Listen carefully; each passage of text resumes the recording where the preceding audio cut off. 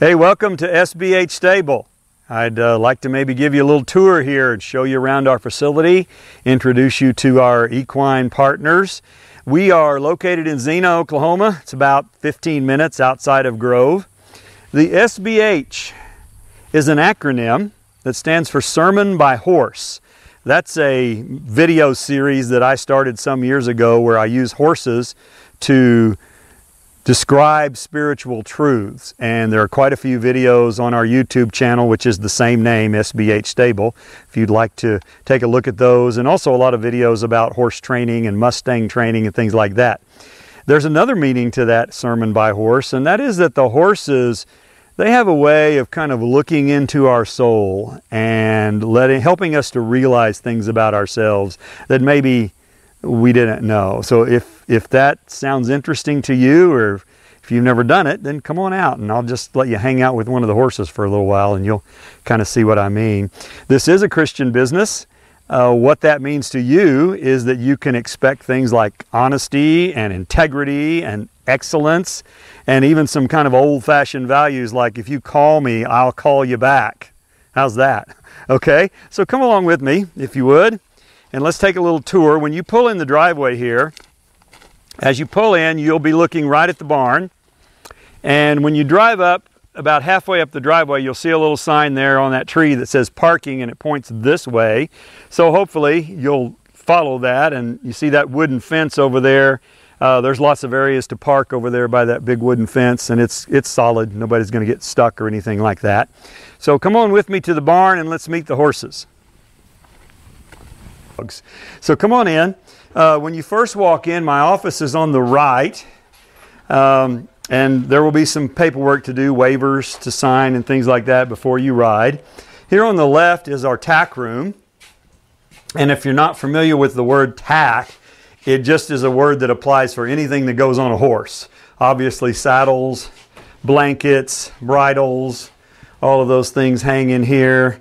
There's a little mini fridge back there with water in it. Here are the helmets, and especially our younger riders, we do like for them to wear helmets, and we have helmets of all sizes.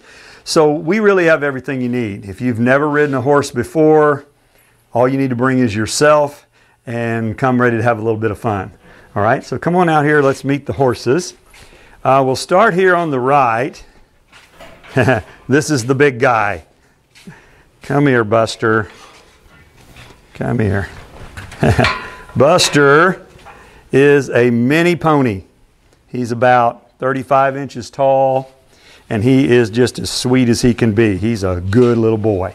He sure is. So our young riders that are 7 years of age and younger, a lot of them ride Buster. They don't have to. Some of them prefer a bigger horse, but especially I've got students now as young as 3 that ride Buster all around, and he just takes good care of them, don't you, buddy? He does.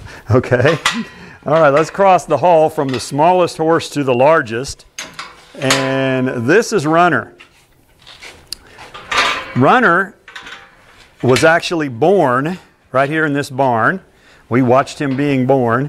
And his name is a little bit misleading. The reason he's named Runner is because he didn't get up when he was born. He laid on the ground for about 2 hours, and when he finally got up, he didn't walk, he started running. And so my wife said, oh, look, he's running, we're going to name him Runner. So that's how I got his name, but it doesn't really mean that he likes to run. He's actually a little bit lazy, but he is a really good boy. Runner has been on lots and lots and lots of mountain trail rides and 4-H barrel racing adventures. He's carried lots and lots and lots of beginning riders and 4-H girls and just all kinds of things. I can put all 3 of my little preschool granddaughters on him at the same time. Runner's just a really good boy. He's kind of my go-to horse for just about anything we need to do. Right next to him, and she's actually a half-sister to Runner, but she's much, much smaller, as you can see. Her name's Sissy. And Sissy generally is used for the smaller riders, like 7 to 12 years of age, something like that. She's quite a bit smaller horse. My 7-year-old granddaughter likes this horse better. It makes her feel like she's riding a big horse, you know, like that. And so Sissy's a pretty good girl. Yeah, she likes that scratch. See that? She says, oh, that feels really good. That feels really good. Yeah, yep. Okay, and come on down one more. And the fourth horse that we use for lessons his name is Silver. And Silver was a wild horse. He is a Mustang. And I'll ask my camera girl to come around here where we can see his freeze brand. All Mustangs, when they're captured by the government, they're given a freeze brand right here on their neck. And these are symbols that tell where he was captured and when and that kind of thing. And he's been in captivity for over a year now. We've had him almost a year. And he has just turned out to be a sweet, sweet little guy. Very easygoing and a lot bigger around the middle than Sissy, so he can carry more weight than her. And but pretty easygoing guy. So if you've never ridden a wild Mustang, then this is your opportunity. And you can see he's not wild. The reason his name is Silver is because when the sun is shining on his coat, it has kind of a silver glint to it. He has a silver jean and his buckskin color. Doesn't look that way here inside the barn, but it does when he's outside. So now, come on out back with me, if you would, and I'll show you our riding pins. We have two of them. On the left is the round pin, which is named that because it's round. And all riders will begin their first rides here in the round pen. It's a 52-foot round pen. And this is a controlled environment so that I can keep real close watch on the horse and the rider in the beginning stages. And so riders will stay in the round pen at least the first couple of rides, depending on how fast they progress. If it takes them longer to get where they can control the horse themselves, turn, stop, and all that kind of thing, then they'll stay in the round pen until I feel comfortable that they know how to control the horse. And when they do, then we will move out to the arena, which is right here.